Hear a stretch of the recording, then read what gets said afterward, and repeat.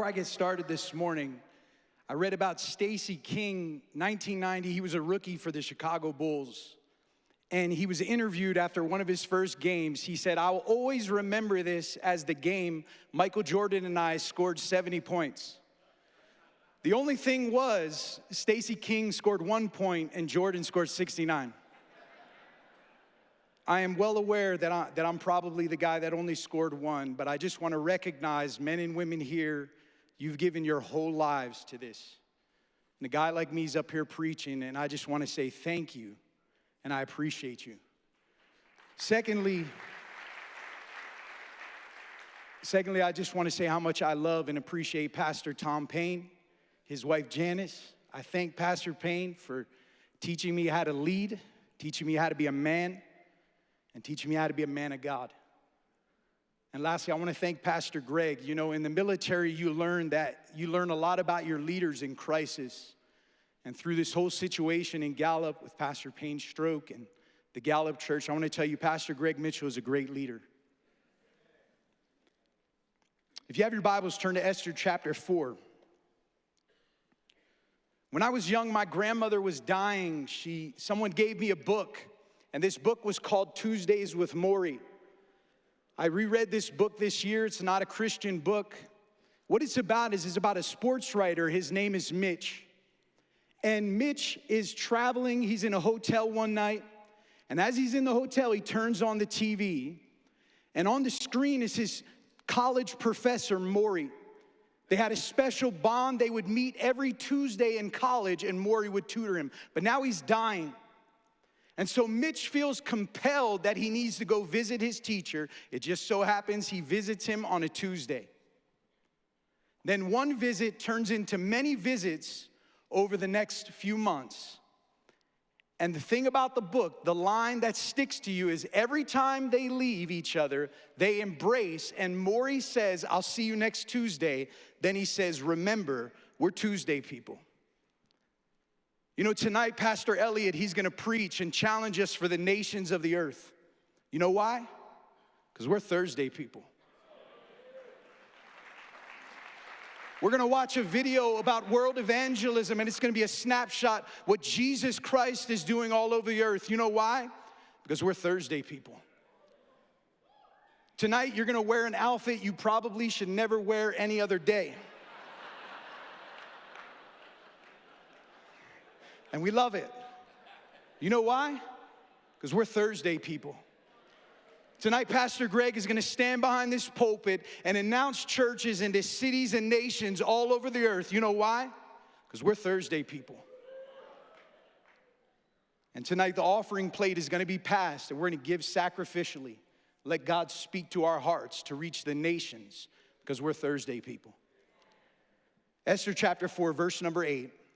He also gave him a copy of the written decree for their destruction, which was given at Shushan, that he might show it to Esther and explain to her, that he might command her to go into the king to make supplication to him and plead before him for her people. Jumping to verse 12 for the sake of time. So they told Mordecai Esther's words, and Mordecai told them to Esther, "Do not think in your heart that you will escape the king's palace any more than all the other Jews. For if you remain completely silent at this time, relief and deliverance will arise for the Jews from another place. But you and your father's house will perish. Yet who knows whether you have come to the kingdom for such a time as this?" Then Esther told them to reply to Mordecai, "Go gather all the Jews who are present at Shushan, and fast for me, neither eat nor drink for 3 days, night or day. My maids and I will fast likewise, and so I will go to the king, which is against the law, and if I perish, I perish." In our text, the simple truth is a people were facing destruction, and the answer was someone had to go, someone had to send, and they got the favor of the king. I want to preach a sermon I've entitled, "We're Thursday People." I want to first talk about Thursdays are foregoing. Our text reveals two truths. The first is that people are facing destruction. Now we know in our text there was a specific plot to destroy the Jews. Esther 4:13, the letters were sent by couriers into all the provinces to destroy, to kill, to annihilate the Jews, young and old, little children. But there's a larger truth in that story. Right now, there are people facing destruction all over the globe. They are one breath from eternity and on their way to hell. I read a statistic that said 2.5 to 3 billion people have never heard the name of Jesus. Have you ever talked to someone that has never heard the name of Jesus?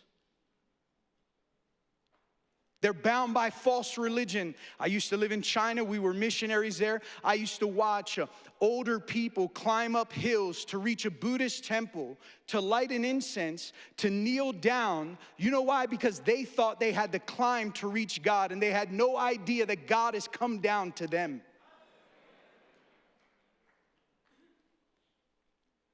The Macedonian man still cries out. The Rahabs are still living in the wall that's about to be destroyed. The women are still at the well at a time when no one else is there because they're outcasts and they need to be saved. In China, there would be times when I was in the train station, especially in Chinese New Year, you think you've seen traffic or a lot of people. You go to one of these train stations during Chinese New Year, it is packed with people, and you're frustrated because people are bumping on you, their hot breath is on your neck. But there was God moments. There was God moments where you're so overwhelmed by the need because you know that most of these people in that place, they've never called on the name of Jesus Christ. And Mordecai reveals the answer for a people facing destruction. In our text, verse number 8, he says he might command her to go to the king. The answer is very simple. The answer was, the answer is, the answer will always be somebody has to go. We are the greatest fellowship on the earth because somebody has to go. And people have chosen to go. As our brother just mentioned, God commanded Jonah, go to the Ninevites. God told Moses, go to Pharaoh and deliver my people. Jesus told the disciples, go into all the world and preach the gospel. Isaiah asks the question, who shall go for us? In 1854, London, they were in the grip of a deadly cholera outbreak. People were dying by the hundreds around Broad Street. But the prevailing belief was that the disease traveled through bad air.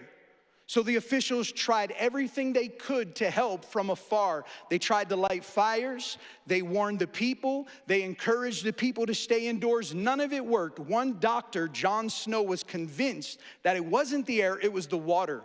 But here's the catch. He had to go into the city. He had to go from house to house and map out every place there was an outbreak. And eventually he found out that it was a contaminated pump on Broad Street. He removed the handle and lives were saved. But someone had to go.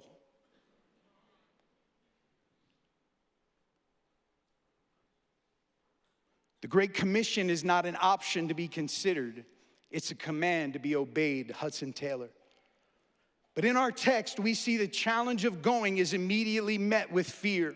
Verse number 10, all the king's servants and the people of the king's province know that any man or woman who goes into the inner court to the king who has not been called, he has but one law, put all to death. Obviously, Esther, she feared the law. She feared the king. She feared death. But I wonder if there's a different fear here this morning. We fear losing our lives, but not death. We fear losing the comfort of our current lives. You know what, Jesus, thank you for saving me, but I really like the palace that you've given me or new truck that you've given me. I'm just joking. New trucks are not bad, okay? The rich young ruler, Jesus says, come follow me, we'll change the world. He says, no, man, I like my stuff. You know, today, we probably make more money than any other pastors ever did. We're more blessed than any other pastors did. God forbid we trade in being Thursday people for bigger homes and better school districts for our kids. Don't allow the palace to get you to forget your purpose.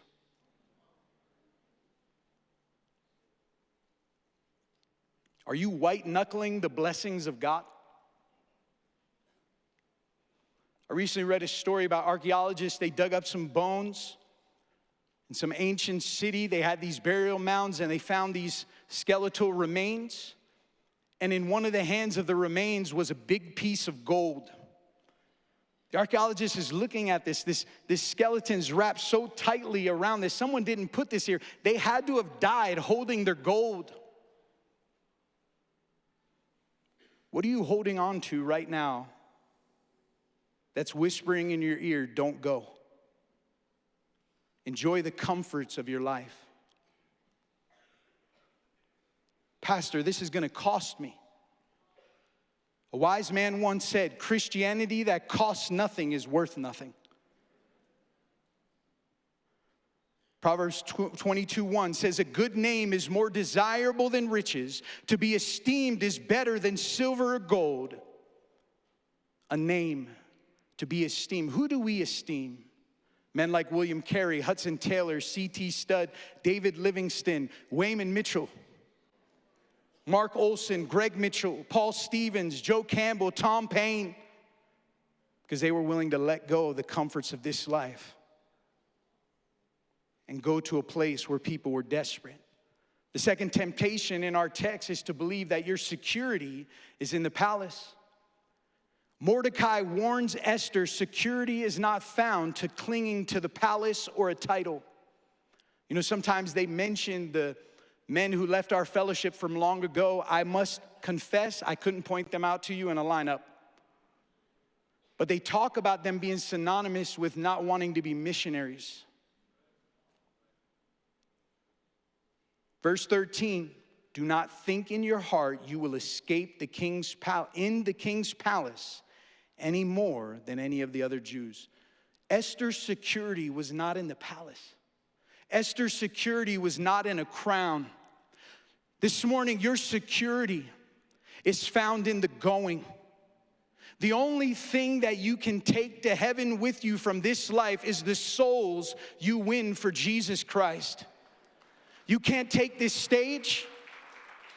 You can't take a ministry. Souls. See, Esther, her fear was overcome and she was willing to go. Verse 16, she said, and so I will go to the king. Why was she able to do this? Because Esther decided, I want to live for something greater. I want to tell you something. You're here this morning. You can live for something greater. There's nothing wrong with wanting a good life or a good school for your kids. I don't just say that flippantly. There's nothing wrong with acquiring some finances and stashing some money in an IRA, but you can live for something greater. See, Mordecai was a wise leader. He reminded Esther, who placed her in the palace. Esther 4:14, yet who knows whether you've come to the kingdom for such a time as this. I read an interesting quote. It says, sometimes we don't need to be instructed, we need to be reminded.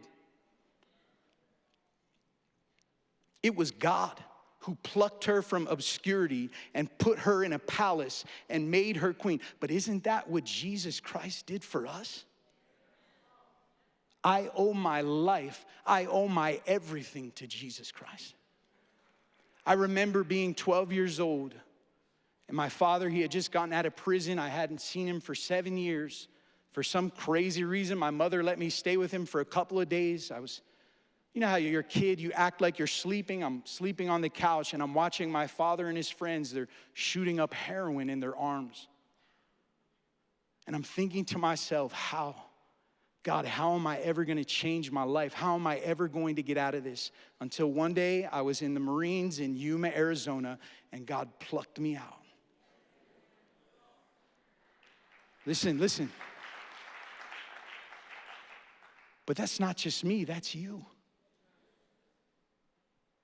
See, sometimes we need to be reminded. That's why we come to conference, so that we come to this altar and we remember that our life is not our own. Romans 12:1, I beseech you, therefore, brethren, to present your lives as living sacrifices, holy and acceptable to God, which is your reasonable service. The only rational response for what Jesus Christ has done for us is to lay our lives down and surrender. And Mordecai was reminding Esther of this. Esther lived for something greater because God is willing to use ordinary people if they will go. I remember the first conference I ever came to, it was probably 2004. Do you guys remember the Misters? Yeah. You guys watched me sit there and didn't tell me anything. No. So I sit, I'm like, there's open seats, and I just sit down where the Misters are. I have no idea what's going on. And then all of a sudden, I'm getting challenged for the nations. I'm getting baptized. It's like blip, drip, drip, drip. I remember something Pastor Wayman Mitchell said in that conference, my very first conference. It stood out to me. And I hope I have the quote correct, but he said, this is not a fellowship of high flyers, but ordinary men and women who would surrender to the will of God. And I thought to myself, man, I found my home. I could be a part of this. In our story, Esther was an orphan girl. She was an ordinary girl. My wife and I had the opportunity to go to China to be missionaries in Suzhou. We were there for 4 years. After we left, Pastor Pat Lucero took over our church. Then during COVID, our church merged with Pastor Josh Lobato. These men did a fine job. But 3 of those men that we were able to work with, they became pastors preaching the gospel in their nation. But I say that not to toot my own horn. I say that to say if we could do that, you could do that. Ordinary people like you and I, we can lay our lives down and change the world. You know why? Because we're Thursday people. See, going is living for something greater, but what happens is you reap a legacy. Esther's remembered to this day, preached all around the world all the time. But she's not remembered for a crown or her diplomatic decisions as queen. She's remembered because she was willing to go. What's a palace without a purpose? What's a crown without a calling? What's blessing if that blessing becomes a burden to obedience? You know, Pastor Campbell, whenever he preaches, he always mentions Malaysia. And it always moves me. I think on the betting apps, you could probably find the over and under on how many times he'll mention Malaysia. But someone sent me a picture, and I want to show this picture.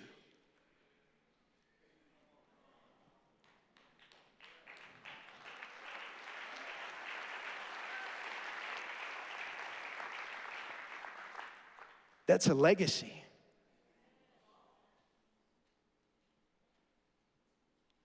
I don't want people to know me for how much property I have. I want people to know me because I was willing to go.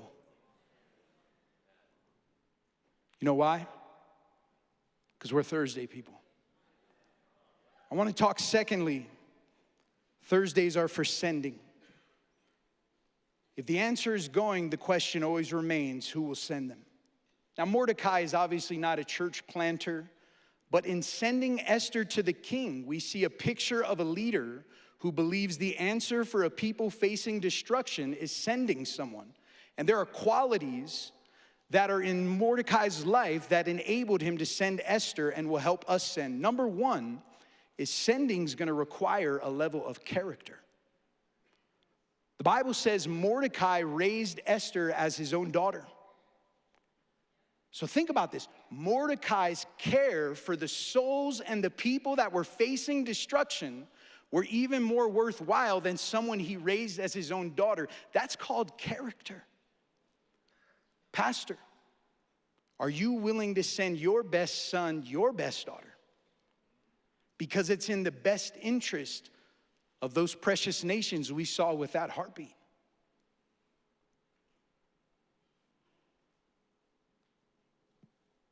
Just real quick, Mordecai was also a man that was connected to and honored authority. You know, our leaders have given us the blueprint, haven't they? that we're supposed to go into all the earth, reproduce what we have, then send other men into all the earth. How many know world evangelism is a blueprint we've been given? Mordecai, throughout the book of Esther, first, he thwarts the plot to assassinate the king. His name is synonymous with the king's gate again and again. And instead of starting a rebellion and becoming embittered, he sends Esther to the king. I wonder if his endeavors of sending Esther were not blessed because he honored authority. And he was connected to authority. Lastly, Mordecai had character to send because he stood in a culture that bowed.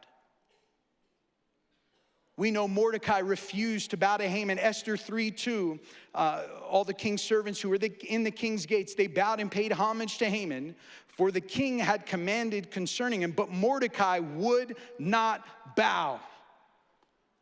I believe there's going to be an attack on church planting and sending missionaries, and we have to refuse to bow. That we're going to continue to send. You know, I'm so moved by the testimonies that we're hearing from these men that have been given churches in other nations. If you've noticed, it used to be they're planting churches. Now they're saying they're planting missionaries. And if they have the characters to send missionaries, so should you and I. Charles Spurgeon said these words, "If there be anything about which we cannot tolerate lukewarmness, it is in the matter of sending the gospel to a dying world." The second thing we see in Mordecai's life is he had the ability to inspire. When I was in high school, I was a basketball player. I was the Bronny James, not LeBron James. I was the Bronny James of our basketball team.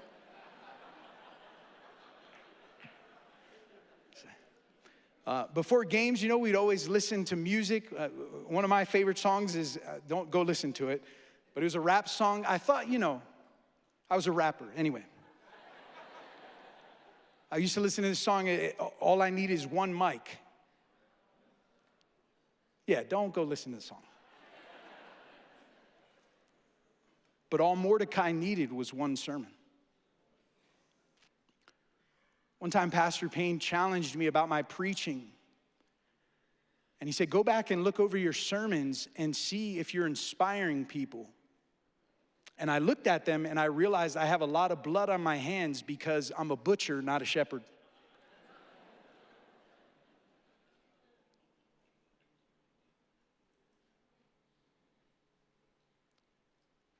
The famous line in the book of Esther, it reverberates even now. Yet who knows whether you have come to the kingdom for such a time as this? I want to tell you that's inspiring. If you want money and you want men to send, I've learned it's all about inspiring them to go. When I came to this conference as a 19-year-old, I was inspired by our leaders to lay my life down. The last thing we see is sending requires a commitment to discipleship. Think about this. Mordecai poured his life into Esther, and the one person he poured his whole life into was the one that he sent and the one that delivered a nation. That is a powerful picture that maybe it's not all about the masses. It's about you finding that person and pouring your life into them. You know, early on as a pastor, I thought, man, I just need to build a church and get people saved. It needs to grow and be big. I realized that I need to make disciples. Some of the best words, the 6 greatest words a pastor can hear is, I want to be a disciple. You know why? Because we're Thursday people. I want to close and talk about Thursday's reward.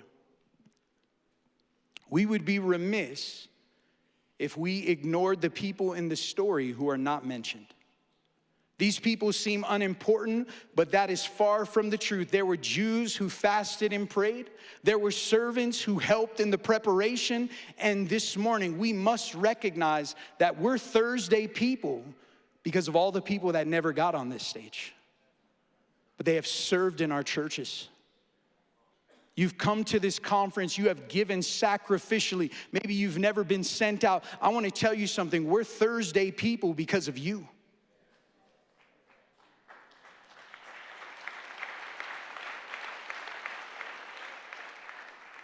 You've changed the world, and you've changed eternity. I want to tell you something. God is pleased with you. There's also a reward for those who go. Esther was given favor because she was willing to go. Esther 5:2. So it was when the king saw Queen Esther standing in the court that she found favor in his sight, and the king held out the golden scepter that was in his hand. Can I tell you something? If you'll go to another nation, God can give you favor. I remember landing in China. You don't know what's going on. You don't know who to talk to. You don't know signs. You're like, what is going on? Joseph Lujan picked me up, hooked me up. Thank God he was there.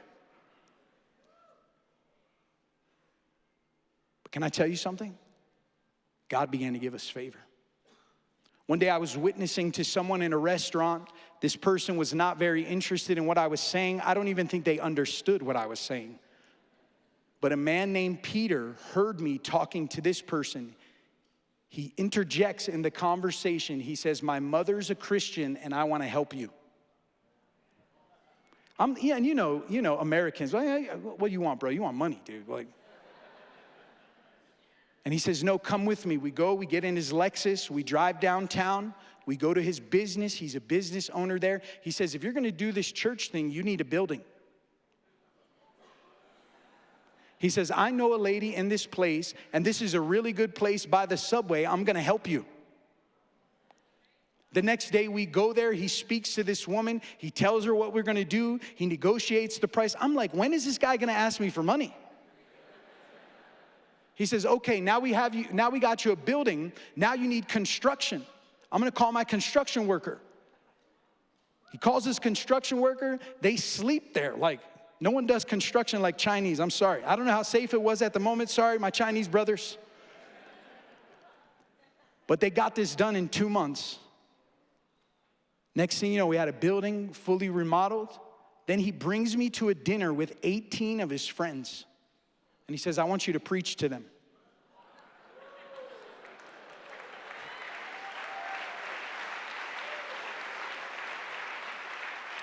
Out of that, we saw our first translator, and then eventually more translators. God moved, God helped us. The idea is God can give you favor. One more story of favor. We decided to do a concert to see how this was going to go, like a 180 concert. You know, you kind of got to be careful in China. They could put you in jail. And we go to the street corner. I'm with a guy who barely speaks any English, but he's running the concert that night. His name was David, or is David. And we start witnessing to this guy. It turns out that this guy just committed suicide. David translates flawlessly. We get this guy saved. The guy says, I want you guys to come with me. So he comes out with his little e-bike. There's a high seat, and then there's a low seat. You ever regret the decisions you make in life? He's like, come with me. I'm like, okay. So I get on this low seat, you know. You feel every bump. It's horrible. So it turns out he's a professor at the college there. He brings us to the gate. He starts calling all these people over to him. Everyone there knows him.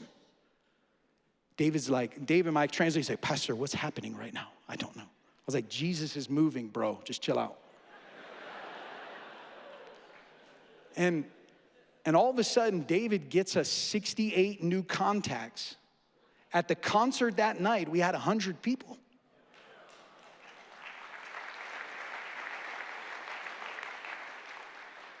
David preaches his first altar call. People get saved. Today, he's a pastor.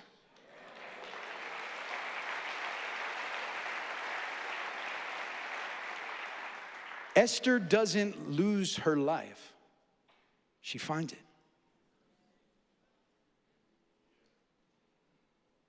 You'll never lose your life. I didn't lose my life. I found it. I didn't lose my marriage. It got better. I didn't lose my kid. She's here, she's saved. I didn't lose anything. I found it. There's also a reward for those who send. One could argue the greatest reward in this text is for the one who was willing to send. Haman hangs. Mordecai's enemy is dealt with. He's given position. He's given riches. Esther 8:2. So the king took off his signet ring, which he had taken from Haman, and gave it to Mordecai. Esther appointed Mordecai over the house of Haman. Mordecai reaped a lot of rewards just for sending. Can I tell you something? Those here, you're considering sending a missionary. Now, in my vast experience and knowledge, let me help you. Do it, man. Because God's into this more than we are. And if I was God, I'm not, I would bless the man that sent. If I had unlimited resources, I would bless the men that send to the nations of the earth. But the greatest reward that day was that the souls were saved, right? We're Thursday people because the greatest reward is heaven is going to be filled with the people saved in these nations. These flags represent faces and families, generations of curses that are broken because we chose to send. I want to close. The blueprint that our leaders have given is that we're Thursday people. I want to show the first picture. This is Pastor Greg and Lisa Mitchell in South Africa. I had the privilege to preach in South Africa this past year. It was a great honor. Pastor Heimberg, he showed me the park where this church started. I want to tell you today, that's a powerful church. I watched Pastor Lieben preach the Sunday night service in Prescott. He did a phenomenal job. You know why? Because we're Thursday people. I want to show the second picture.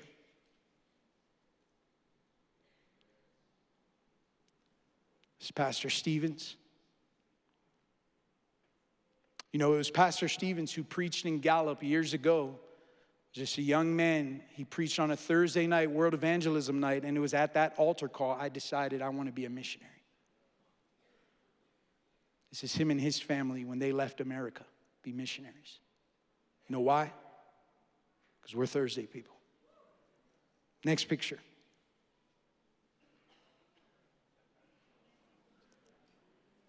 Chris is one of those guys.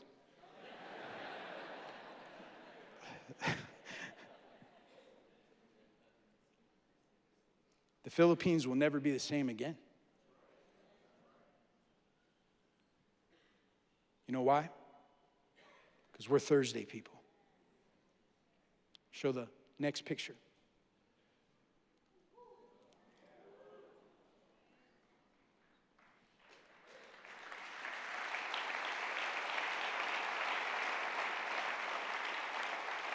Pastor Campbell and his wife, Connie, they went to Malaysia. I already told a story about Pastor Campbell. I've only met Mrs. Connie Campbell one time, and it was in China. She had come there for a rally or a conference with Pastor Campbell. Me and my wife met her in the hallway, then the elevator. And we just thanked her. We said, thank you so much for coming. We appreciate you. And she said, no, thank you. Thank you for being missionaries. You're going to remember this for the rest of your life. I was about to bow my head and raise my hand. I want to show the last picture. It's my pastor.